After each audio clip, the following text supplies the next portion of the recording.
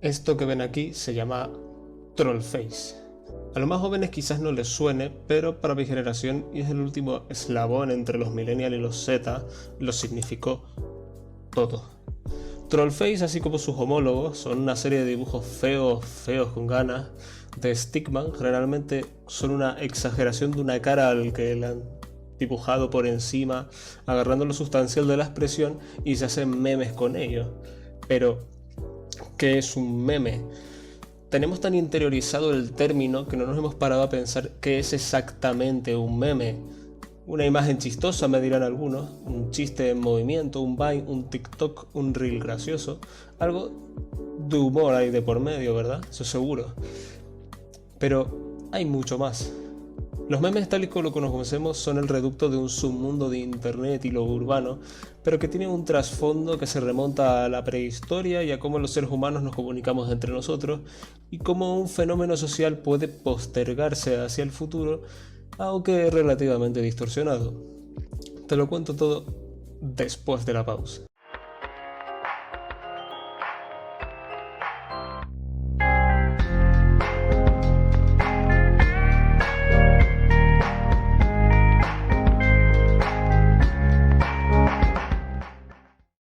La RAE no tiene poder. Esto es algo que he comentado muchas veces en muchos vídeos, pero la RAE, la Real Academia, no tiene ningún poder. Como lingüista trato de desmentir el bulo de que la RAE y las academias de la lengua tengan algún tipo de poder sobre cómo hablamos. Quizás tienen algún tipo de influencia, pero no tienen poder, porque en algún momento, hace siglos sí lo tuvieran, incluso hasta la dictadura de Franco, pero actualmente no tienen ese poder realmente. Y eso sé que es difícil de entender, pero la Real Academia Española de la Lengua no es un dictador que conspira para obligarnos a hablar como los godos porque hablamos el resto de la humanidad mal. Los godos son los peninsulares de la España de Castilla.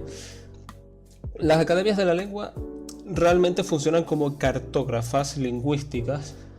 Su trabajo consiste en psicoanalizar cómo hablamos para cartografiar los dialectos y las variedades, sus límites, sus expresiones y las palabras que creamos a lo largo de las generaciones para añadirlas al diccionario.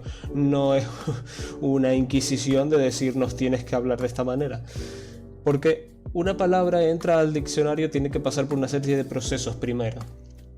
Tiene que hablarlo mucha gente, y esto es relativo porque si lo hablan miles de personas, tienen que ser del mismo país. Porque si hablamos cientos de Guatemala, algunos de México y otros de España no la van a incluir, porque los diccionarios se basan en la zona en la que vives. Para crear las isoglosas, que son las fronteras lingüísticas de un país o de una zona del mismo, para delimitar los acentos.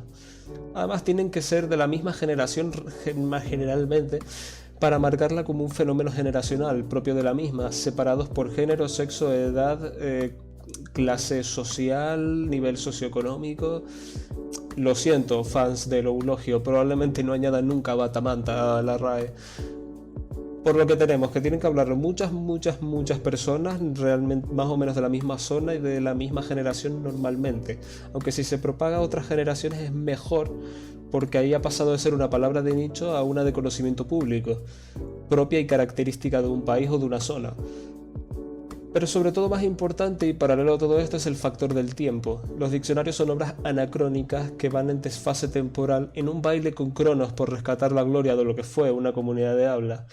Para añadir una palabra, tiene que perdurar durante varias generaciones. No necesariamente que lo digan, o sea, que usen esa palabra en su día a día, sino que la conozcan. Aunque aquí en Canarias, por ejemplo, tenemos la palabra talega, que es bolso de pan, pero mi generación, la generación Z, la llaman tote por alguna extraña razón, porque es la palabra de moda. En mi caso no, pero bueno, soy una excepción que confirma la regla. La mayoría sí usa esa palabra, pero sí conocen la palabra anterior, por lo que esa palabra ya merece estar en el diccionario, porque varias generaciones la conocen aunque no la usen. Tote de momento no, porque no sabemos si va a ser una moda, si se va a pasar o si se va a quedar como algo generacional. Entonces no está añadido todavía. Pero ¿qué tiene que ver todo esto con las trollface y los memes? ¿Qué es para lo que ustedes han venido aquí? Pues todo. La sociedad es la que impulsa los cambios socioculturales. Si algo no nos gusta, si algo los activistas acabarán llorando en Twitter y se encargarán de destruirlo sin miramientos con amenazas de muerte, o harán que algún político cree alguna ley a su favor. Y en cambio, si nos gusta, le comeréis la polla a Nintendo para que nos dé migajas de Pokémon. Somos así, no existen los extremos, o sea, no existe el neutro, existen los extremos solamente. Con el lenguaje pasa exactamente lo mismo. Hace unos años, durante la ola feminista, por ejemplo, se propuso cambiar el lenguaje para incluir a los que se autopercibían no binarios, para que fuera más inclusivo, que es añadirle la E a todas las palabras al final. No aparece en el diccionario, por razones morfosintácticas más que léxicas, y son cambios complejos de investigar porque realmente no ha calado en la sociedad. O sea, lo conocemos y las élites nos lo han impuesto, que eso es lo que en sociolingüística se llama un cambio desde arriba, desde las élites nos lo impulsan hacia abajo. Por lo que la comunicación humana es algo como más que un sistema lingüístico, incluye factores sociales, culturales y políticos. Y los memes pues son una lengua, y eso es lo que vengo a defender aquí. Los memes son una lengua. Para comprender cómo funciona la comunicación a través de memes y en general, tenemos que viajar al siglo pasado. El humano se defiende que es un vago, pero vago por naturaleza. Son profundamente vagos incluso a la hora de hablar, e intentaremos decir lo mínimo e indispensable para realizar el menor gasto cognitivo y articulatorio. Es lo que se conoce como la ley del mínimo esfuerzo articulatorio. Los humanos en la comunicación somos como una empresa. Buscamos maximizar la producción realizando el menor gasto económico, la menor inversión posible. La comunicación efectiva contigo dependerá de lo bien que yo utilice mis recursos y la oratoria para comunicar lo que quiero. Y si soy muy confuso o me voy por las ramas, es probable que la mitad de ustedes ya hayan quitado el ensayo y el vídeo porque ya no estoy hablando de memes. Pero es lo que hay. Esto se conoce como economía lingüística.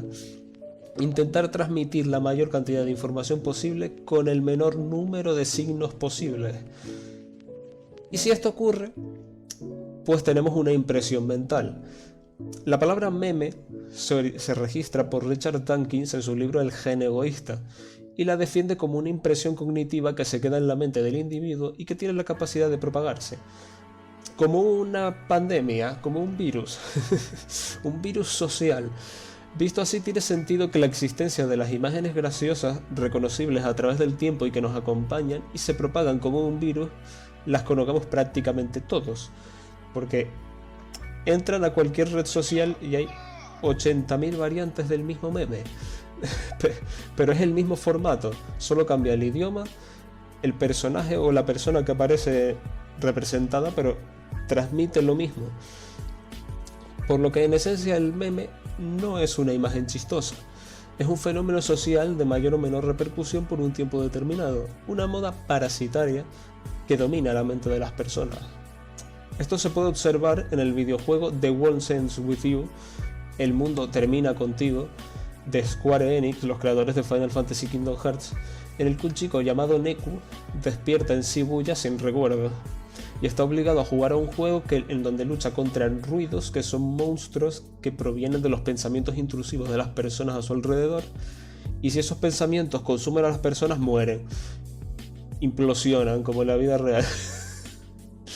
Neku y sus compañeros son invisibles para los demás porque están muertos, están en un limbo y están jugando ese juego para ganarse el derecho a tener una nueva oportunidad de seguir viviendo. Son invisibles a excepción de algunas tiendas señalizadas con un graffiti de los Reapers, que son los que controlan el juego. La mecánica principal se basa en luchar contra las modas, las tendencias, los rumores y los pensamientos intrusivos. Puedes escanear ruidos y leer esos pensamientos de otras personas, e incluso puedes imprimir pensamientos o ideas en la mente de otros para forzar un cambio de comportamiento y a lo mejor avanzar en la historia. Y se utiliza textualmente la palabra memes, o sea, imprimir memes en la mente de otros. Por lo que meme ya no es solo una imagen chistosa o un fenómeno social, es una idea controlada por un impulso que sirve para comunicarte con otros. Son como una especie de virus de la comunicación humana. Hay virus buenos y malos, depende del organismo en el que entre y de lo que haga. Pues las modas, las tendencias y los memes son en esencia tipos de enfermedades sociales. Una imagen chistosa es un pellizco en un brazo, un estornudo, es algo pasajero. Una canción pegadiza que suena en la radio es una gripe contagiosa que te va a durar un tiempo.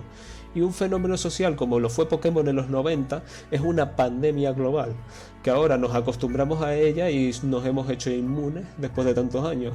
Ser fan de Pokémon ya no es cosa de friki. Al igual que en la antigüedad, que se soltaban plagas para controlar a la población, como se vio en la peste de Camus, los memes pueden ser usados por las élites para controlar a la población y mantenerla distraída de cosas más importantes. Porque la mejor forma de manipulación es, dejarnos las herramientas y la libertad de usarlas como queramos. Los memes son un sistema de escritura como símbolos, como jeroglíficos, como el lenguaje de los sordomudos o los grafitis. Hay símbolos más reconocibles que otros, pero aún necesita cierto conocimiento de abstracción para entenderlos algunos de ellos. Es una jerga propia del mundo del internet que ha trascendido internacionalmente fronteras. Y va mucho más allá, porque antes los memes del internet, había pósters, había uso de palabras encriptadas que se siguen usando para comunicar algo que no quieres que el otro sepa. ¿Nunca han visto esas imágenes urbanas que es como un graffiti, uno encima del otro, que parece que se están contestando entre ellos? O pegatinas en farolas o en señales de tráfico. Llevar chapas o estampas en la mochila, jugar a los tazos o a cartas de Pokémon o Magic, esas cosas son un meme. Llevar tatuajes es un meme, es una impresión, es todo aquello que en el lenguaje va más allá de la palabra.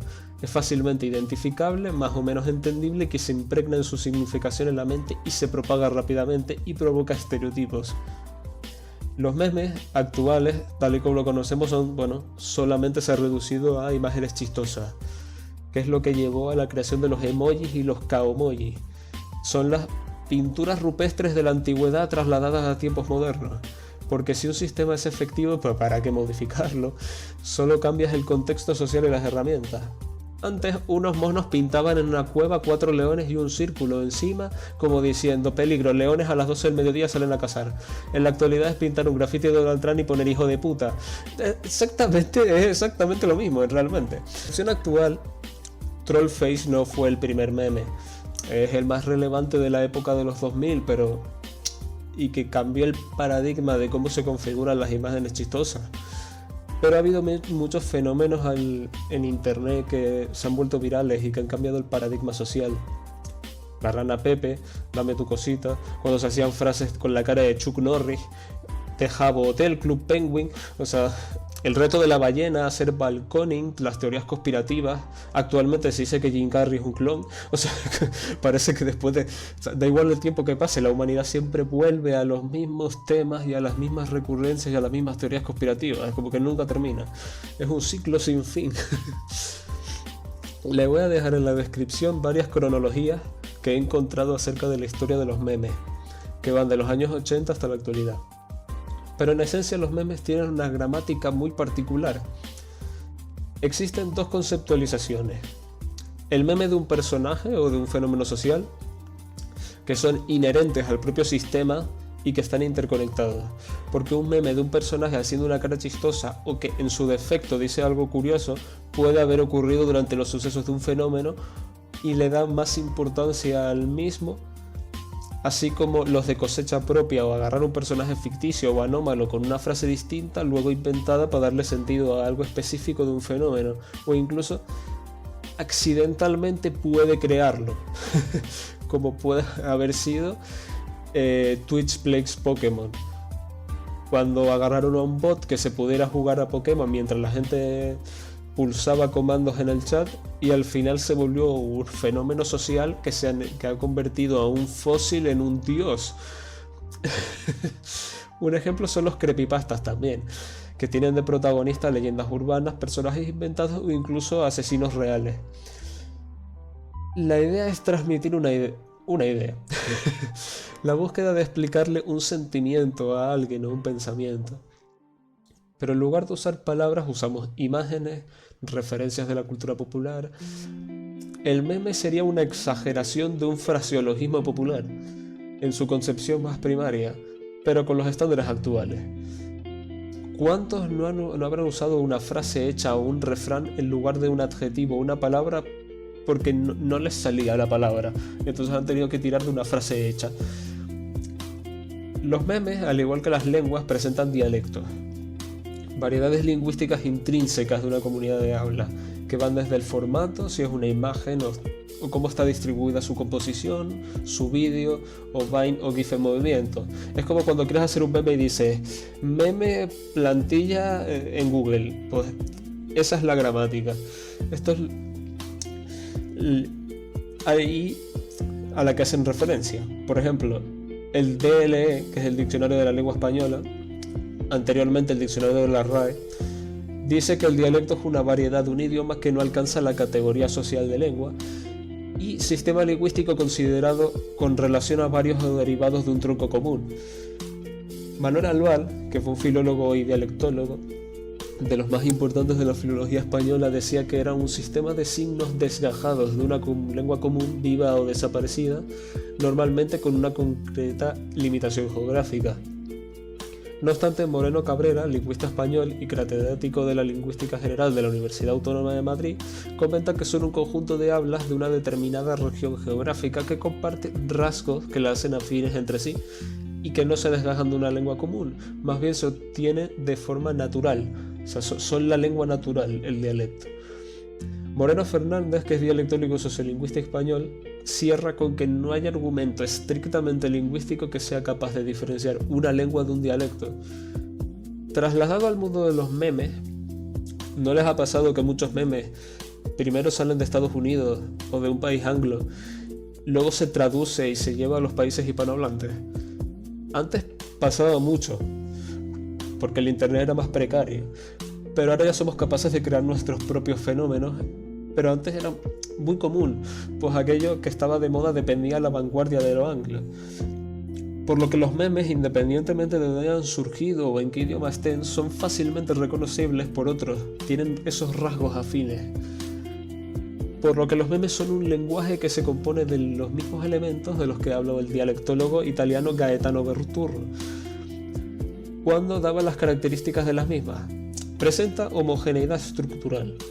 Es característica de una comunidad social, por lo que se genera ese sentimiento de pertenencia al grupo, algo que en la humanidad es bastante predominante, y en una intercomprensión de la misma.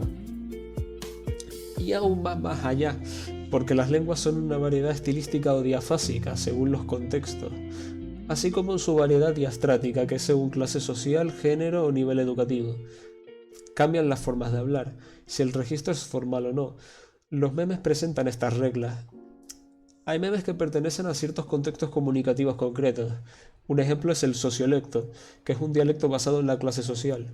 Los memes, al igual que las expresiones, se adaptan al contexto cultural y social, y los adolescentes de una barradia de malandros no se reirán de los mismos memes que un colegio de pijos privados. Sus realidades son muy distintas, las cosas que le hacen reír también. También están las jergas y los argots, que son propios de un grupo reducido. Aquellos principalmente, por ejemplo, los criminales que utilizan eufemismos y palabras encriptadas para camuflar de lo que están hablando. Aunque no se haga a propósito, el lenguaje, si está descontextualizado, puede ser una herramienta de confusión social. Hay memes que no se entienden intergeneracionalmente. No entendemos los chistes de nuestros abuelos o de nuestros padres, no nos hacen gracia. Ya no solo por la necesidad de diferenciarnos de ellos, de considerarnos una criatura autónoma, de yo soy diferente a ti, me hacen gracia otras cosas, sino porque el contexto también es distinto. Pero constantemente creamos memes. ¿No les ha pasado vivir algo, una experiencia con unos amigos, sea graciosa o relevante, y hacen stickers de WhatsApp respecto a esa situación o frase dicha de alguien? O sea, haces un meme de una situación, la descontextualizas y puede ser usado para otros contextos graciosos. Cumple con su propósito humorístico, pero el significado real, su denotación, solo es entendible por ustedes que crearon el meme. Tiene ese matiz, esa connotación, no es necesario, pero le da una profundidad a la significación de la frase o de esa imagen. Estas jergas o de grupos de amigos o incluso de una comunidad de fans, porque los memes o stickers surgidos de una comunidad de, por ejemplo, un youtuber, se conoce como el sociolecto, porque solo son conocidos o entendidos por ellos, es propio de una comunidad concreta.